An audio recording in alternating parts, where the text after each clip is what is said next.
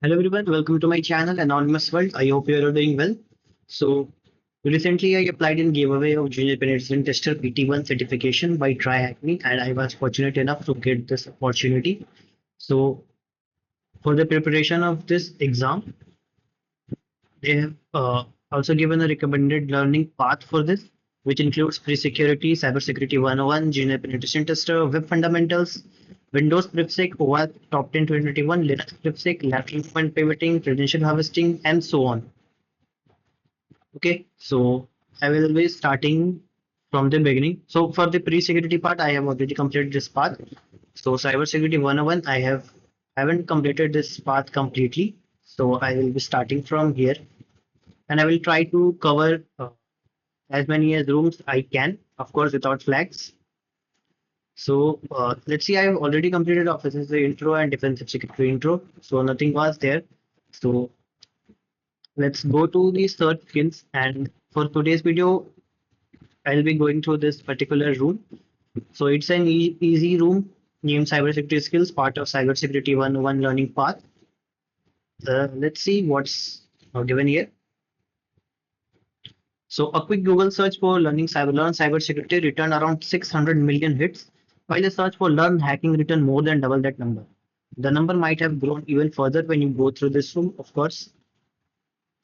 So we are surrounded by information, and do you prefer to surrender in the face of information overload and accept the first few results, or do you like to acquire the necessary search skills to find and access what you are looking for? So this room will help us to filter out the information which we require and not just rely on top two, three websites. So the learning objective will be to evaluate information sources, use search engines efficiently, exploring specialized search engines, reading technical documentation, making use of social media, and checking new outlets. Okay. Check how many results you get when searching for learn hacking. At the time of writing, we got 1.5 billion results when searching on Google. So, okay, let's give it a try. Learn hacking. Okay, so where the number comes, guessing tools. So I think it's around 1.25 billion results for me. They got 1.5 billion, I don't know. Okay, so let's just mark this complete. So task 2 is evaluation of search results. So on this very large internet, everyone can publish their writings. Everyone has freedom to publish anything, either in the form of video or in the form of blogs, okay, or just a simple social media post. It can be even more subtle ways, such as by editing a public wiki page, and this ability makes it possible for anyone to voice their unfounded claims. Everyone has freedom to express their opinion about best cybersecurity practices, future programming trends, and recently AI. So our job as readers is to evaluate the information because there are millions and millions of information. And okay, so we will mention a few things to consider when evaluating information. Okay, so there are 4 points which are necessary. So first one is source. Identify the author or organization which is publishing the information, whether you can rely on them or not. Are they genuine? Are they authentic? Evidence and reasoning. Check whether the claims are backed by credible evidence and logical reasoning because people can post anything, whatever they like, their opinions. So there must be an evidence or reasoning to support that particular claim. Objectivity and bias. Evaluate whether information is presented impartially and rationally reflecting multiple perspectives. Of course, a reader is not interested in authors pushing shady agendas, whether to promote a product or just attacking a rival. So the information must be biased and focus on the aim and objective. Corroboration and consistency. Validate the presented information by corroboration from multiple independent resources. Check whether multiple reliable and reputed sources agree on the central claims. Okay. So let's go to the questions. What do you call a cryptographic method or product considered bogus or fraudulent? Okay. So since we are doing search skills, we can just do a simple Google search. So first result by Gemini in cryptography and cryptographic method, product considered bogus or fraudulent is called snake oil. Okay, so it was derived from 19th century use of snake oil to describe patent medicines that were advertised as having miraculous healing powers, but were actually worthless. Okay, so that's an extra information. Okay, Wikipedia also says snake oil, and below I think write-ups are coming. So we will just ignore that and we can write snake oil. So what is the name of command replacing netstat in Linux systems? Okay, let's do that. A quick Google search to give our answer. So okay, Gemini says it's SS. Now Red Hat also says SS is the socket statistics command that replaces netstat. Then another website said Phoenix Nmap also SS. Okay, Unix Stack Exchange also says SS. So there are multiple websites which says that netstat is replaced by SS, like linuxaudit.com, then linuxfoundation.org, then certain blogs on Medium. So I think that is enough for this particular question. Yeah. So let's go to task 3, which is search engines. So everyone has they used an internet search engine, and everyone has their own favorite search engine. Maybe it's Google, it's DuckDuckGo, Bing. So these are some few examples. Now let's consider a search operator supported by Google. Exact phrase. So you can search for exact phrase by using double quote. For example, one might search for passive reconnaissance to get pages with this exact phrase. So if you include a certain phrase within double inverted commas, you will get results for the website which contains exact that phrase. Then there is site colon. This operator lets you specify the domain to which you want to limit your search. Okay, so if you include, for example, site colon tryhackme.com, site colon medium.com, so search results from that particular website will only come. Okay, so you might have heard of Google docking. So these are part of that. So the minus sign allows you to omit search results that contain a particular word or phrase. So for example, you might be interested in learning about pyramids, but you don't want to view tourism websites. So one approach would be to search for pyramids and then omit the tourism word by using minus sign. Okay, then there is file type. So which file type you want to search for: doc, PPT, Excel, PDF. So you can use file type column and that specify the file type. So you can check for more advanced control in various search engines in this advanced search operator list. Okay, so but as a beginner, the above points will be a good starting point. So there is a GitHub repo which contains many advanced search operator list.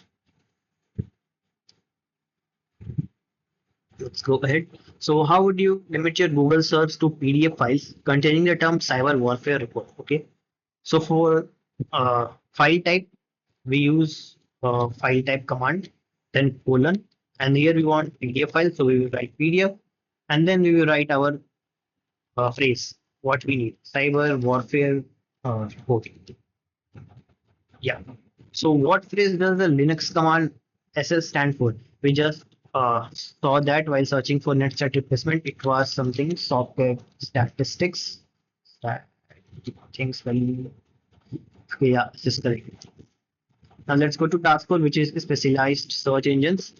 So you are familiar with internet search engines. However, how much are you familiar with specialized search engines?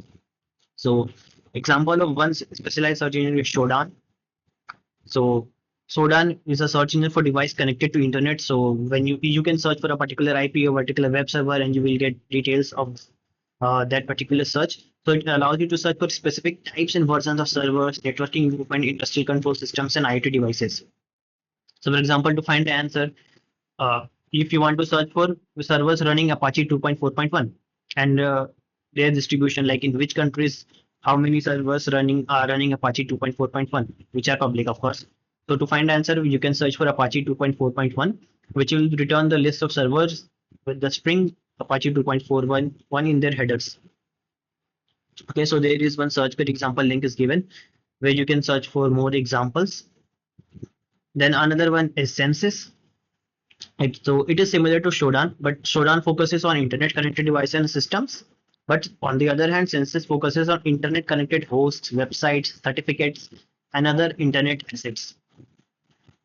Okay, so another one is VirusTotal, which is very heavily used for analyzing the files and URLs So to see if they are malicious or if they are flagged malicious by any of the antivirus vendors, security vendors, or any uh, community member has commented about that particular website. And also it tells you the relation to that particular website, like subdomains related to that. You can also get certificate informations. Then another popular one is, have I been pawned, to check if your email or password has been compromised in any of the data breach. So these are some example of specialized search engines. So let's go to the questions. What is the top country with live live HTTP servers? Okay, so let's go to Shodan search engine. You can also install the extension for Shodan.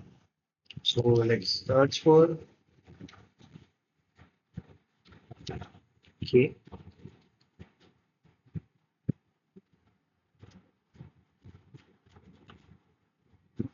Yeah, yeah, now it's correct. Okay, so the top country is United States, where around 20 lakh results, which is 2 million. So let's see, United States. So this particular server is mostly being used in the United States, followed by Korea Republic, Japan, Canada, Brazil. And you can also see more information is given, top ports which are open, top organization which are using these, top operating system which is being used, and you also get the header details. So let's go to the next question. What does Bitdefender Falx detect the file with the hash this? Okay. So now we have to analyze this file hash. So whenever we need to analyze a file hash or URL or particular file for maliciousness, we can go to virus total. And you can also use API key virus total for better efficiency, or if you want to use terminal. So let's go. Here is option to and either enter URL, IP address, domain, or file hash. So we will enter our file hash and we will get the results. So we were looking for Bitdefender files. So it has categorized as an Android riskware agent LHH. So you can see Semantic Mobile Insight and AHN Lab V3 has also flagged this particular file hash. Let's paste this result here. Yeah. Let's go to task 5, which is vulnerabilities and exploits. So CV, which stands for common vulnerabilities and exposures, program a dictionary of vulnerabilities. So it provides a standardized identifier for vulnerabilities and security issues in software and hardware products. Okay, so whenever a new vulnerability comes, a CVE is assigned to it with a format like CVE, then year name, and then the ID. Okay, so it ensures that everyone from security researchers to vendors and IT professionals is referring to the same vulnerability. Okay, and also helps to recognize a vulnerability easily. So there are multiple corporations that maintain the CV system or gives information like Mitre. Then there is website by NVD, which is National Vulnerability Database. So here in example of CV 2014-0160. Okay, then another one is exploit database, also known as exploit DB. So which contains the exploits for multiple CVEs. The researchers comes and publish their exploits there. And make sure, without saying, we should not try to exploit a vulnerable system unless we are given permissions, usually by a legally binding agreement, or you can be in trouble. So another best open source place is GitHub. You can find lots of exploits and POCs on GitHub for CVEs. Okay, so let's see what's the question. What utility does CV 2024-3094 refers to? Okay, so let's go and search for this particular CV. We can go to NVD, we can go to Mitre, or we can go to Red Hat, Ubuntu. So there are a lot of websites. Let's go to the first one, NVD, which is popularly referred. So malicious code was discovered in the upstream tarbos of XZ, starting with version 5.6.0. Though a series of complex obfuscations, there is labels that may build process extract a pre-built project from a disguised text file existing in the source code. Okay, so you can get the description of the CV, then you can get the CVSS score of that particular CV. And then you can get references also to what that particular CV. So a lot of details is given here. There is also change history. So our question was, what utility does it refer to? We can see it refers to tar balls of XZ. So XZ should be our answer. Yeah. So let's go to task 6, which is technical documentation. One vital skill to acquire is to look up official documentation. We will cover a few example of official documentations. Okay. So Linux manual pages, which you can open by using man command. So long before the internet was everywhere, how would you get help using a command in a Linux or Unix system? The answer, simple answer would be checking the manual pages, which is short for man. So in Linux or every Unix-like system, each command is expected to have manual page. In fact, these are also exist for system calls, library function, and even config files. So an example is given here. This is a manual page for IP command. So it tells what is the use of this command, synopsis, then what flags we can use this with the IP command to utilize it to fullest. Okay, so another example is Microsoft Windows. So they provide an official technical documentation page for its products, and you can see almost all the organizations have their own documentation pages where they cover how to use the product and how to integrate system with it, how to use the APIs. So you can find all the technical documentation there. Product documentation. So every product is accepted to have well organized documentation, as I mentioned. Okay, so what does the Linux command cat stands for? So the, either you can open your terminal and search for man cat. Okay, so open terminal. You will search for manual page of cat, man cat. So cat concatenate files and print on the standard output. So let's try this. Think it didn't got copied.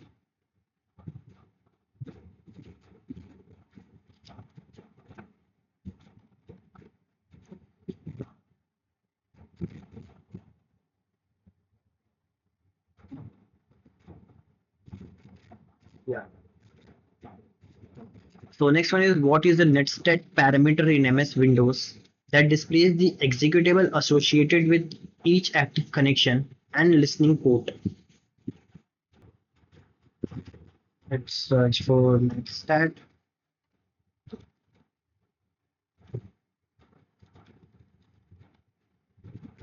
Let's go to netstat. So you can see this is netstat. It displays active TCP connections port. Then the syntax is given there and the parameters are given here. So hyphen A, hyphen B, it says displays the executable involved in creating each connection. So we were looking for this particular parameter. Let's go for some B. Yeah. Now let's go to the next one, which is task 7, social media. So now there are billions of users registered on social media platforms such as Facebook, X, LinkedIn. There are other discussion community websites or discussion sites like Reddit, Quora. There also you can find a lot of information. So the power of social media is that it allows you to connect with companies and people you are interested in. Furthermore, social media offers a wealth of information on cybersecurity. So besides staying updated via social media channels and groups, you should also mention news outlets. Hundreds of news websites would offer valuable cybersecurity related news, and even big organizations also have their blog pages where they constantly post about new CVs or new attacks that keeps coming in. So let's see, you are hired to evaluate the security of a particular company. What is a popular social media website you would use to learn about the technical background of one of their employees? So where people post about their jobs, like what they do or what they are doing in the company. Of course, LinkedIn. On LinkedIn, you can get information of a particular employee, like what is their job role, for how much years they are at a particular place. Now, continuing with the previous scenario, you are trying to find answers to the secret question. Which school did you go to as a child? What social media website would you consider checking to find the answer to such secret questions? I think it's Facebook because people on uh, people on Facebook post where they are traveling or where they went as a child to the school. So basically, social updates, the personal updates about their life. Some people post every detail about their life, like where they are eating, where they are going, everything. Okay, so we are done with this room. So the room focused on most common sources of information of cybersecurity professionals. There are plenty more. There are more websites. There are hosting tools to find more deep informations. So as the information landscape keeps changing, it is impossible to cover all the sources, and that's really true. Okay, but if you stay subscribed to relevant cybersecurity groups, you can stay updated. And having a habit of reading blogs daily is really beneficial to stay ahead and be aware whenever new interesting sources arise. Okay, so that's it for this video. I will see you in next video. Till then, keep learning.